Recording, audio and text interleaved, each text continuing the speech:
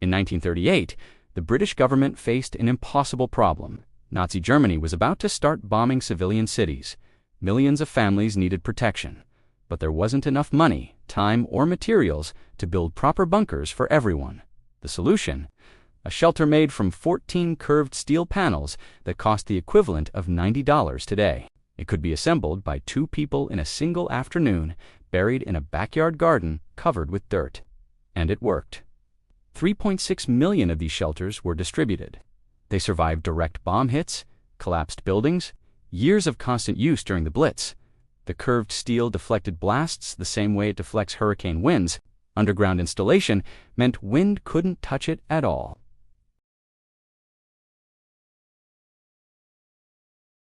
Designs that prove you do, team, need to spend $50,000 on a bunker to survive extreme weather. Some cost under $5,000. One can literally be built from materials at your local hardware store. The engineering is over 80 years old, and it still works better than most modern construction. These designs protected millions during the deadliest war in human history. They can protect your family from hurricanes, tornadoes, and whatever else nature decides to throw at you. Let's get into it.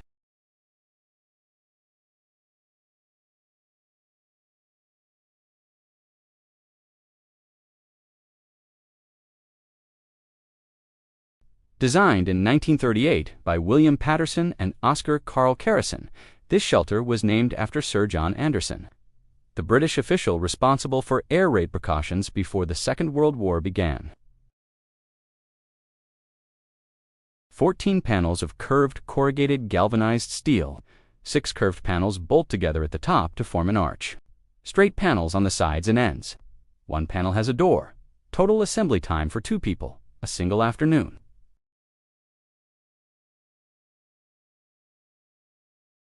Enough room for 6 people to shelter during bombing raids. The shelter gets buried 4 feet deep in your backyard. Many British families planted vegetables and flowers on their shelters, turning bomb protection into victory gardens. Why does this design survive extreme forces?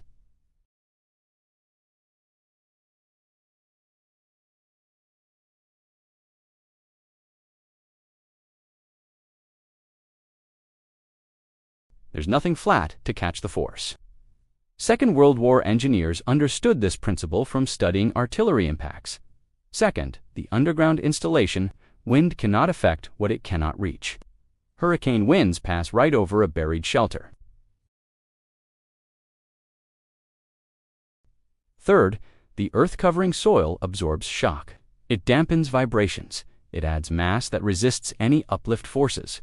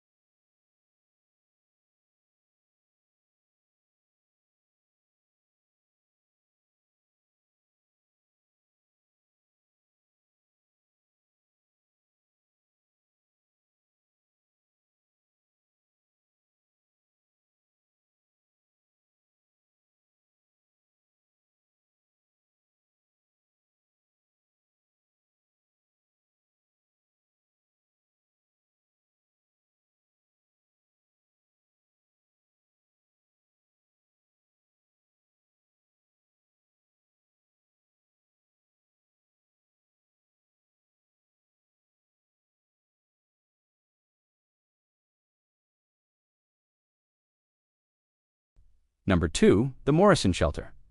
The second design solved a different problem. What if you don't have a backyard? What if you live in a flat? What if you can't dig because of the water table? Enter the Morrison shelter, designed by Professor John Baker of Cambridge University in 1941. This was an indoor shelter disguised as a dining room table. The design is essentially a steel cage, a solid steel plate on top, 1/8 inch thick, about 3 millimeters. Wire mesh sides, a sturdy steel frame underneath, dimensions of 6 feet 6 inches long, 4 feet wide, and 2 feet 6 inches high. The kit came with 359 parts and basic assembly tools. During the day, families used it as a regular table, ate dinner on it. Children did homework on it, played cards on it. At night during air raids, families slept underneath it in the wire mesh cage. The engineering principle came directly from studying bomb damage. Professor Baker examined hundreds of bombed buildings and noticed a deadly pattern. When a bomb exploded nearby, often one wall of a house would blow out from the blast pressure. The upper floor would then pivot down like a hinge, crushing anyone below in their beds. The Morrison shelter was designed specifically to survive this collapse scenario. The steel cage could withstand an entire floor falling on top of it. The occupants inside would be protected in a survivable void space. The British government tested this extensively. They dropped weights simulating collapsed floors onto Morrison shelters. They subjected them to calculated blast pressures. The shelters held. Then came real-world proof during actual bombing raids. In one official study of 44 severely damaged houses where Morrison shelters were in use, 136 people had been inside the shelters during the attacks. Only 3 died. 13 were seriously injured. 16 had minor injuries. That means 120 out of 136 people, 88%, escaped from severely bomb-damaged houses without serious injury. Houses where the upper floors had collapsed. Houses that would have killed everyone inside without the Morrison shelter. 500,000 Morrison shelters were distributed by the end of 1941. Another 100,000 in 1943 to prepare for the expected German V-1 flying bomb attacks. For hurricane and tornado protection, the Morrison principle translates directly into modern safe rooms. A reinforced steel or concrete room inside your house, strong enough to survive the structure collapsing around it, strong enough to protect you when roof trusses fail and walls cave in. Modern safe rooms based on this Second World War principle cost between $3,000 and $15,000 depending on size and materials. They can be retrofitted into existing homes, installed in garages, or built into new construction.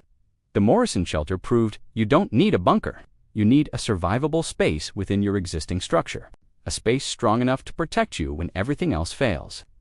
Professor Baker received a £3,000 award after the war for his design. Adjusted for inflation, that's about £130,000 today.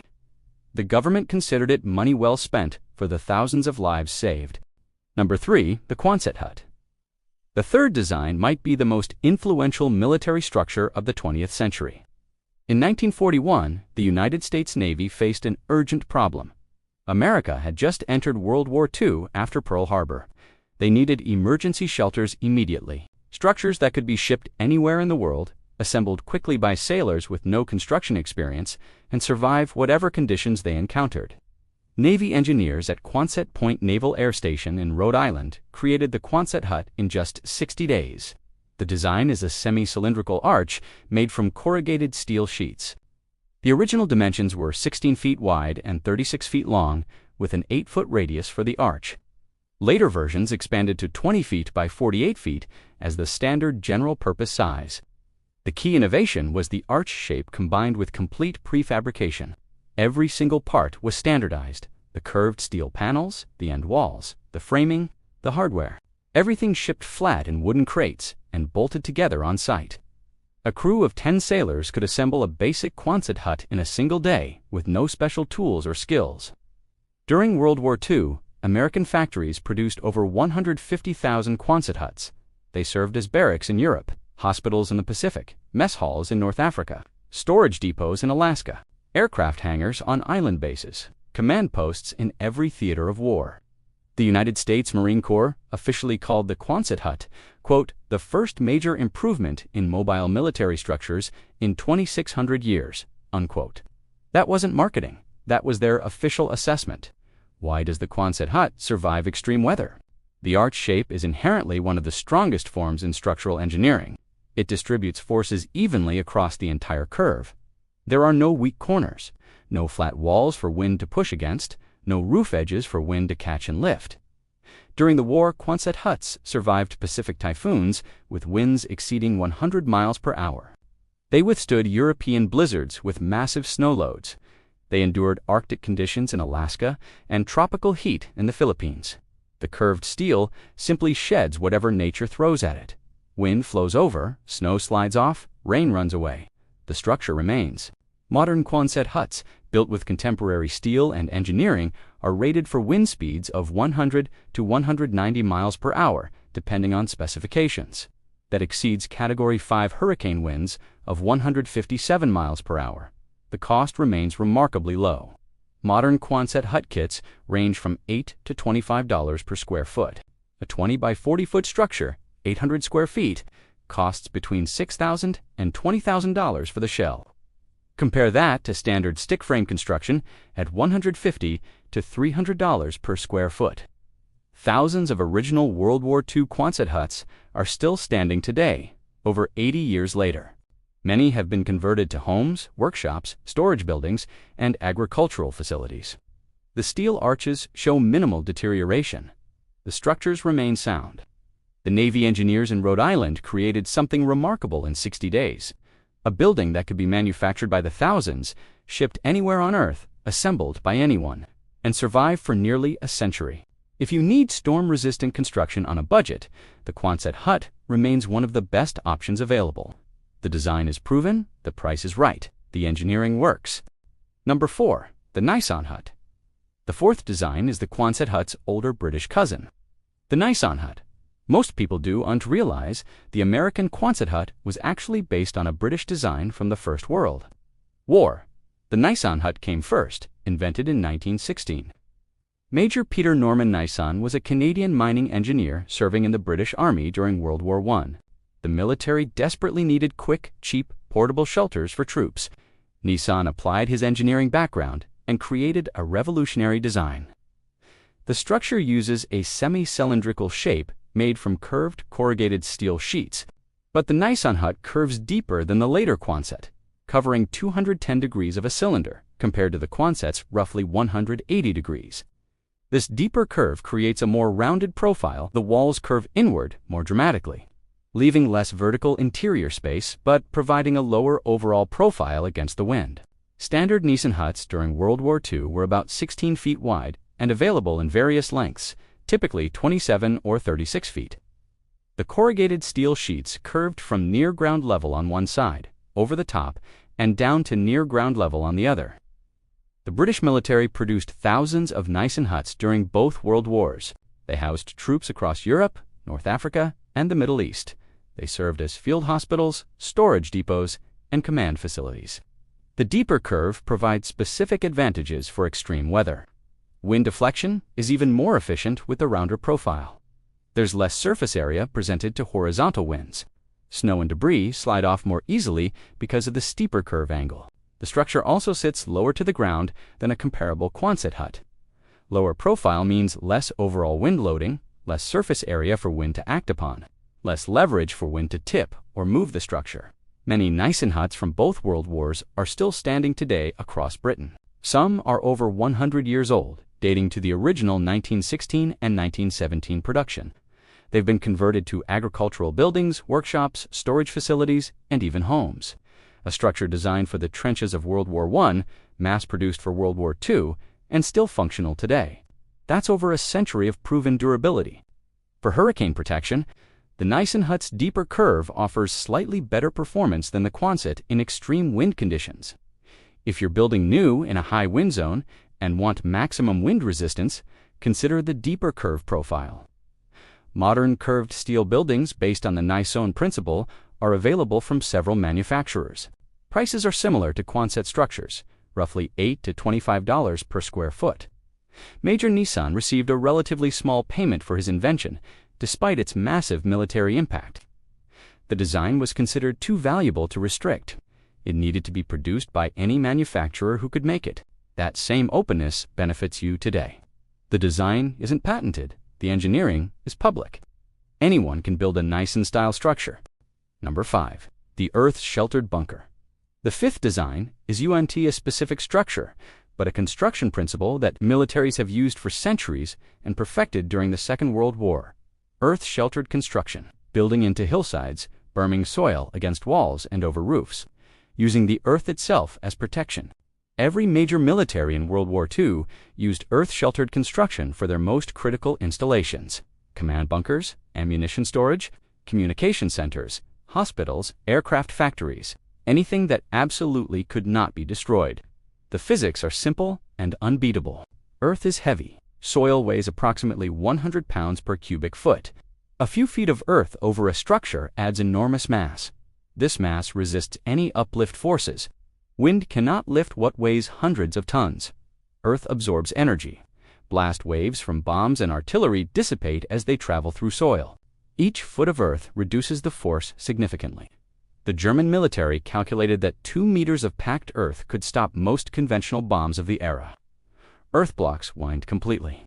You cannot have wind damage to a structure that wind cannot reach. Underground or earth-bermed buildings experience zero wind loading. Category 5. Hurricane. Irrelevant. EF5 tornado. Doesn't matter. The wind simply passes over. Earth maintains stable temperatures. Below the frost line, typically 4 to 6 feet down, soil stays between 50 and 55 degrees Fahrenheit year-round. German bunkers remained cool in summer and relatively warm in winter without any mechanical heating or cooling. The most impressive examples came from German military construction. The German Hochbunker, or high bunker, used reinforced concrete walls 1 to 1.5 meters thick. Many were then bermed with additional earth. These structures survived repeated Allied bombing raids. Direct hits caused only superficial damage. After the war, Allied forces tried to demolish many German bunkers. The attempts often failed. One famous example in Vienna required multiple demolition attempts that only cracked one wall. The bunker still stands today. British military engineers built earth-sheltered facilities throughout England for critical infrastructure. The tunnels beneath Dover Castle, expanded during both World Wars, housed command centers directing operations across the English Channel. For modern hurricane and tornado protection, earth-sheltered construction offers the highest level of protection possible. A basic earth-sheltered safe room requires excavation into a hillside or digging a pit. Pour reinforced concrete walls, at least 8 inches thick. Pour a reinforced concrete roof, at least 6 inches thick. Backfill with at least 30 inches of compacted earth. Install a storm-rated door. Total cost ranges from $4,000 to $20,000 depending on size, location, and whether you do the work yourself or hire contractors. The result is virtually indestructible. Wind speed becomes meaningless. Flying debris cannot penetrate feet of earth. The structure will outlast everything above ground. This is not theoretical. This is not speculation. This is proven by hundreds of thousands of Second World War bunkers that survived the most intense bombing campaigns in human history. Many still stand 8 decades later. If you want absolute protection and have the ability to build partially underground, earth-sheltered construction remains the gold standard. The Second World War proved it. Nothing has changed since. Number 6. The geodesic dome. The sixth design emerged immediately after World War II. From an inventor directly connected to military needs are Buckminster. Fuller was an American architect and engineer who spent decades trying to create more efficient structures. In 1945, as the war ended, he began intensive work on spherical structures using triangulated geometry. By 1954, Fuller patented the geodesic dome. The United States military immediately recognized its potential. The Marine Corps tested Fuller's domes and found them revolutionary. They officially declared the geodesic dome, quote, the first major improvement in mobile military structures in 2,600 years, unquote. The same phrase they used for the Quonset Hut. Both earned the same extraordinary praise. The military commissioned thousands of geodesic domes for installations worldwide. They became famous as radomes, military bases, and early warning facilities. Why did the military embrace this design so quickly? The geodesic dome uses triangular panels arranged in a spherical or hemispherical pattern. Triangles are the only polygon that cannot be deformed without changing the length of their sides. This makes triangulated structures incredibly rigid and stable. When force hits a geodesic dome, the stress distributes across the entire structure through the triangulated network. There are no weak points, no single joint carries excessive load, push anywhere, and the force spreads everywhere. For wind resistance, the dome shape approaches aerodynamic perfection. Wind encounters the curved surface and flows around it. There are no flat walls to push against, no corners to create turbulence and pressure differences, no roof edges to catch uplift. The shape is similar to an aircraft fuselage or a water droplet. Forms optimized by nature and engineering for moving through fluid environments. Military geodesic domes in the Arctic withstood sustained winds over 100 miles per hour with heavy snow loads simultaneously. They performed in conditions that would destroy conventional structures. The engineering principles Fuller developed came partly from studying natural structures: bird eggs, turtle shells, human skulls. Nature repeatedly uses curved, triangulated structures for maximum strength with minimum material. A geodesic dome encloses the maximum interior volume with the minimum surface area of any structure. This means less material required to build it, less surface exposed to weather, less weight on the foundation, greater efficiency in every dimension. Modern geodesic domes, built to current standards, handle winds exceeding 200 miles per hour. This exceeds any recorded hurricane. It exceeds nearly all tornadoes. Dome kits are available for do-it-yourself construction. A basic 16-foot diameter dome can be built for under $5,000 in materials. Larger homes and shelters scale up accordingly, typically $50 to $100 per square foot. Fuller died in 1983, but his geodesic dome remains one of the most efficient structural designs ever created. The military recognized it immediately after World War II. 8 decades of use have proven them right. Number 7. The reinforced concrete dome. The seventh design combines Second World War bunker principles with dome geometry for maximum strength. During World War II, German engineers built massive reinforced concrete structures to protect critical military assets. The famous U-boat submarine pens at Lorient, Saint-Nazaire, and other ports used concrete roofs up to 7 meters thick. Allied bombers dropped thousands of tons of bombs on these structures with minimal effect. The German Hawk bunker, or above-ground bunker, used similar principles for civilian and military protection in cities. Reinforced concrete walls over a meter thick, curved or angled roofs to deflect blast waves. Continuous construction without weak joints. After the war, engineers realized they could combine this bunker strength with dome geometry for even better performance. The concrete dome uses the same physics as the geodesic dome, curved surfaces that distribute force evenly, but constructs them from reinforced concrete instead of steel triangles. Modern construction methods have made this more practical than wartime bunker building. One common technique uses an inflatable fabric form. You inflate the form to create the dome shape, spray polyurethane foam insulation onto the inside surface, attach steel reinforcing bar to the foam. Then spray concrete over the rebar, building up a shell typically 3 to 4 inches thick. The result is a monolithic structure, meaning single piece, with no joints or seams. There's nowhere for wind to catch, nowhere for water to penetrate, nowhere for the structure to fail progressively. Modern concrete domes handle winds exceeding 250 miles per hour. This is beyond any recorded hurricane in American history. It's beyond EF5 tornado winds of over 200 miles per hour. The structures are also fireproof. Concrete doesn't burn, they're rot-proof. Concrete doesn't decay, they're termite-proof. Insects can't eat concrete. They're resistant to earthquakes because the dome shape distributes seismic forces evenly. Multiple concrete dome homes in Florida have survived direct hits from major hurricanes, while neighboring conventional homes were destroyed. The domes showed zero structural damage, sometimes not even cosmetic damage. The German bunker builders' new reinforced concrete and curved shapes was nearly indestructible. They proved it by building structures that withstood thousands of bombs and still stand today. Modern concrete dome construction applies the same principles more efficiently: less material, faster construction, lower cost per square foot of protected space. A concrete dome-safe room of 100 to 200 square feet costs between $15,000 and $30,000.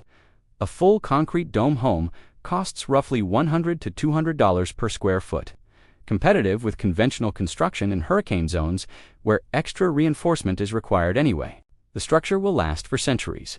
The Roman Pantheon uses dome construction and has stood for nearly 2,000 years.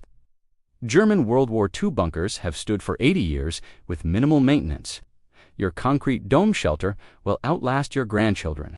If you want permanent, nearly indestructible protection, reinforced concrete dome construction delivers. The Second World War proved the principles. Modern construction makes them accessible. So there you have it. 7 Second World War-era shelter designs that still outperform most modern construction in extreme weather. The Anderson shelter, curved steel, buried underground, covered with earth. Protected 3.6 million British families from Nazi bombs. Cost the equivalent of $90. Virtually hurricane-proof because wind cannot reach it. The Morrison shelter. Indoor steel cage that survives structural collapse. 88% of occupants in severely damaged houses escaped without serious injury. The principle behind modern safe rooms, the Quonset Hut, semi-cylindrical steel arch, developed in 60 days after Pearl Harbor, over 150,000 built. Many still standing 80 years later. The Marine Corps called it the first improvement in military structures in 2,600 years.